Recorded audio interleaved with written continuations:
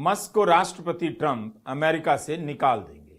सरकार से कितनी सब्सिडी मिली है उसका भी हिसाब निकालेंगे। मस्क और ट्रंप की सार्वजनिक कहासुनी में दो दोस्तों के झगड़े में हाथ तापने वालों की तरह सुख लूट रहे हैं तो लूट लीजिए, क्योंकि आपके जीवन में अब उमंग पैदा करने के लिए कुछ है नहीं। धर्म की राजनीति ने नफरत और कुतर्क की सारी हदों को पार कर लिया। रोजगार का वादा भी भारत के दर्शकों को ठंडा कर देता है कि फिर से वही झूठ दोहराया जा रहा है। तो क्या मस्क और ट्रंप की लड़ाई को केवल चटखारे के लिए देखा जाए या इसके पीछे जो विचारधारा के सवाल हैं उन्हें भी देख लिया जाए। भारत में भी सरकार पर आरोप लगते रहते हैं कि सरकार की नीतियां इन लोगों के लिए बनती हैं और यही सरकार भी चलाते हैं। इन आरोपों के संदर्भ में आपने अंबानी, अदानी का नाम कई बार सुना होगा, लेकिन भारत में इन दोनों ने मोदी सरकार के खिलाफ कभी कुछ नहीं बोला। ऐसी घटनाओं पर भी नहीं जिन पर बोलने की जरूरत थी। जब भी बोले सरकार के समर्थन में ही। भारत में 2014 के बाद से उद्योगपतियों की आवाज सुनाई देनी बंद हो गई, मगर इनका प्रभाव सरकार में कई गुना बढ़ गया। इसका अंदाजा तमाम मीडिया रिपोर्ट और विपक्ष के उठाए सवालों से मिल जाता है।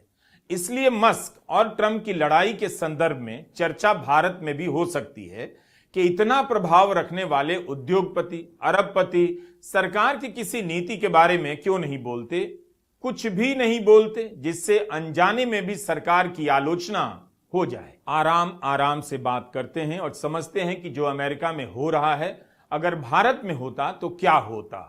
भारत में कोई उद्योगपति प्रधानमंत्री की गलत नीतियों को चैलेंज कर रहा होता और प्रधानमंत्री भी उन नीतियों का सार्वजनिक बचाव कर रहे होते। क्या ऐसा होता?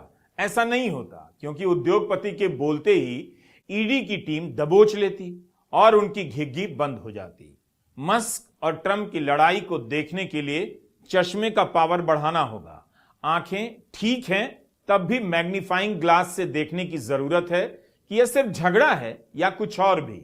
मस्क अरबपति तो हैं, दुनिया के उन चंद अरबपतियों में से हैं जिनके पास कई देशों की जीडीपी के बराबर दौलत है।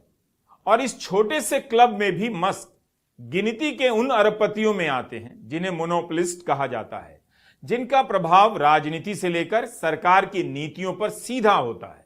तो अब ट्रंप और मस्क की लड़ाई को कैसे देखा जाए? नवंबर में जब राष्ट्रपति का चुनाव हो रहा था तब मस्क ट्रंप के समर्थन में खुलकर आए, उनकी नीतियों का प्रचार किया। सोशल मीडिया प्लेटफॉर्म एक्स पर दोनों एक साथ लाइव बातचीत करते हुए नजर आए। $300 मिलियन यानी भारतीय रुपए में करीब 2600 करोड़ रुपए का चंदा दे दिया। मस्क केवल पैसा नहीं दे रहे थे बल्कि ट्रंप की राजनीति का समर्थन कर रहे थे। ट्रंप सत्ता में आएंगे और नीतियां अरबपतियों के क्लब के लिए नहीं बनेंगी, जनता के लिए बनाई जाएंगी। लेकिन वही जनता वादों की आंधी में देखना भूल गई कि ट्रंप चुनाव प्रचार किसके पैसे से लड़ रहे हैं। जब चुनाव प्रचार में अरबपति खुलकर आएंगे तो सरकार में छुपकर क्यों काम कराएंगे। सत्ता में आते ही मस्क का व्हाइट हाउस में आना जाना इस तरह से बढ़ गया, लगा कि मस्क भी राष्ट्रपति की तरह शक्तिशाली हो गए हैं। बउआ, बुतरू एंड लाइकन फाइकन सबको लेकर व्हाइट हाउस में आने लगे। ट्रंप भी मस्क के बेटे एक्स पर स्नेह बरसाने लगे। एक्स भी मंच पर टहलता घूमता रहा, लेकिन अब सब कुछ वाकई में एक्स हो गया है। एक्स ट्विटर का नया नाम है, लेकिन यहां मैं उस एक्स की बात कर रहा हूं जो पुराना पड़ गया है, जिसे छोड़ा जा चुका है। एक्स के मालिक मस्क ट्रंप के लिए लगता है एक्स होने जा रहे हैं।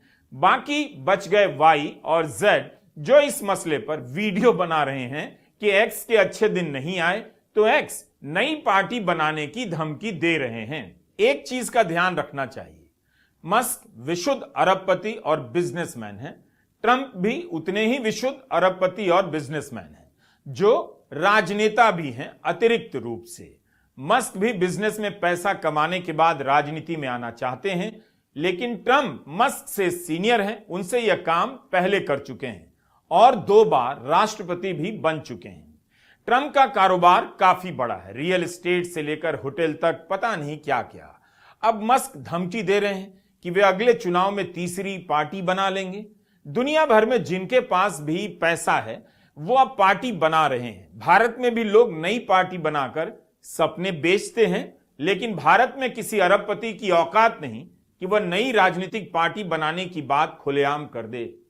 ईडी के दफ्तर से खाली लिफाफा चला आएगा तो हालत खराब हो जाएगी। तो यह लड़ाई दो राजनीतिक दलों या दो राजनेताओं में नहीं हो रही, दो उद्योगपतियों में हो रही है जो राजनीति को अपनी जेब में रखना चाहते हैं।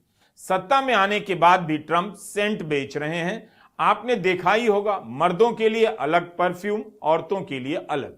यह मत समझिएगा कि इस तरह के बिजनेसमैन केवल पावर चाहते हैं, कारें और हवाई जहाज के बिजनेस में ही रहना चाहते हैं। मौका मिले तो ये लोग बालू से लेकर नून तक सब बिजनेस पर अपना कंट्रोल चाहते हैं, साथ में पावर भी, आगे करेंगे भी। इसके लिए जरूरी है कि गली के नुक्कड़ पर जो व्यापारी बैठा है उसे इस तरह के तमाशे में उलझाकर खत्म कर दिया जाए। इतना बताना जरूरी था ताकि हम और आप मस्क और ट्रंप के भीतर बिजनेसमैन और राजनीतिक महत्वाकांक्षा को ठीक से पहचान लें। मस्क भी चुनावों में अवैध प्रवासियों को अमेरिका से निकालने की बातें किया करते थे, बहुत ट्वीट करते थे। उस समय भी उनके प्रवासी होने की बात उठी थी, सवाल उठे थे, लेकिन तब ट्रंप की लहर चल रही थी, आंधी। जनता कुछ देखना सुनना नहीं चाहती थी। उसे लगा कि बस ट्रंप आ जाएं, अच्छे दिन तो अपने आप आ जाएंगे। बताइए, मस्क के पास क्या नहीं है? बिल्डिंगें हैं, गाड़ी है, कार की कंपनी है, अंतरिक्ष में यान भेजने का सामान है। Take the book of traditions, make a pyre of cliches, and burn it. The smoke that emerges is what I become. I am not made for you. You must be made for me. Take the same roads, or come with me. Want to see this new world? Just follow my glow. Oaken Glow Soda. The glow is calling. बोल बोल के थक गया। क्या हुआ? नया kid bag चाहिए। तो पहले कैप्टन से बोलो, नहीं सुना तो मैनेजर से। करेक्ट। तो ऐसे ही पहले शिकायत बैंक से करें, 30 दिनों में जवाब या समाधान ना मिलने पर सीएमएस पोर्टल पे शिकायत करें। तो पहले बैंक फिर सीएमएस पोर्टल, नहीं तो शिकायत होगी नामंजूर। चले। ले आ गया ना किड बैग। आरबीआई कहता है, पहले अपना बैंक फिर आरबीआई ओम्बुड्समैन। बंगला है, पैसा है, उसके बाद भी ट्रंप ने कह दिया लगता है इनको अमेरिका से बाहर निकलवाना पड़ेगा। होगा कुछ नहीं, लेकिन इतनी बहस तो हो गई। अमेरिका में अभी भी राष्ट्रपति के खिलाफ बोला जा सकता है, जबकि यह भी एक भ्रम हो सकता है। आपको पता नहीं कि वीजा के नाम पर कितने लोगों ने अमेरिका में बोलना बंद कर दिया है।